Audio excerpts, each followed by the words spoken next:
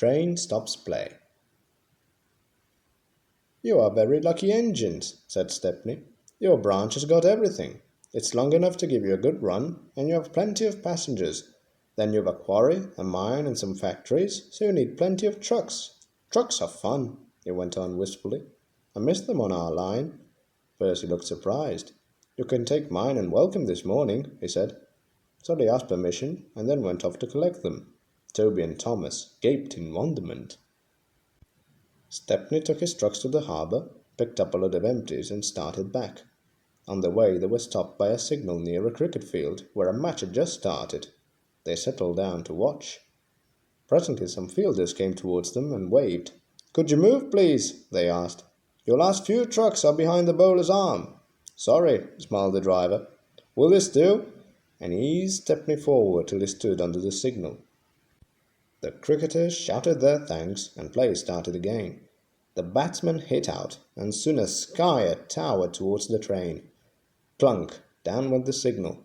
There was another clunk too, as the ball fell on the train, but neither driver nor fireman heard it. They were too busy. "Stop!" yelled the fieldsman, but Stepney's noisy starting drowned their shouts. Come along," he puffed to the trucks, and left the frantic fieldsmen behind. "Our one and only ball," they said sadly.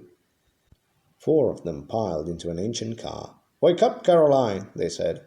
Caroline coughed crossly, reluctantly came to life, and they rolled out onto the road. Stepney wasn't hurrying. He had just crossed the river when Caroline came up behind. "Toot, toot!" she wailed. Road and rail ran side by side. The cricketers waved and shouted, but they were too far away for the firemen to recognize them or hear clearly what they said. "If those jokers want a race," remarked the driver, "they can have one." He advanced his regulator, and Stepney drew ahead. Poor Caroline wasn't happy. She rattled along at twice her usual speed. "Master shouldn't trick me like this," she grumbled. "This pace is too hot for my system. It will fuse all my circuits." "Hurrah!" she exclaimed. "That silly train has run into a hole, so we can't catch it. Now Master will have to be sensible and go home." But Master didn't go home. Caroline nearly boiled with fury when he made her climb a steep hill and run down to the station on the other side. Caroline arrived just as Stepney had shunted the trucks. His crew were going off duty. The cricketers explained what had happened. The driver and fireman were surprised. "Did you say the 3rd truck from the van?" they asked. They all went and looked. The ball was there, nestling under some straw. "We're very sorry," said the driver. "Never mind, you couldn't help it. Now we must get back quickly." "That's just it," said the driver. "You'll never be quicking Caroline. She looks worn out." "Wait a minute," he went on. "I've got a plan." The driver spoke to the station master and signalman.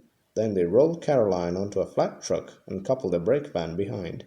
The cricketers got in, and Stepney pulled the train. They reached the field in no time. Stepney watched from a siding while driver, fireman, and guard sat in the pavilion. There were no more lost balls, and the game was played to an exciting finish. Even Caroline was pleased. She doesn't think trains silly now. "They had their uses," she says. "They can save the wear on a poor car's wheels."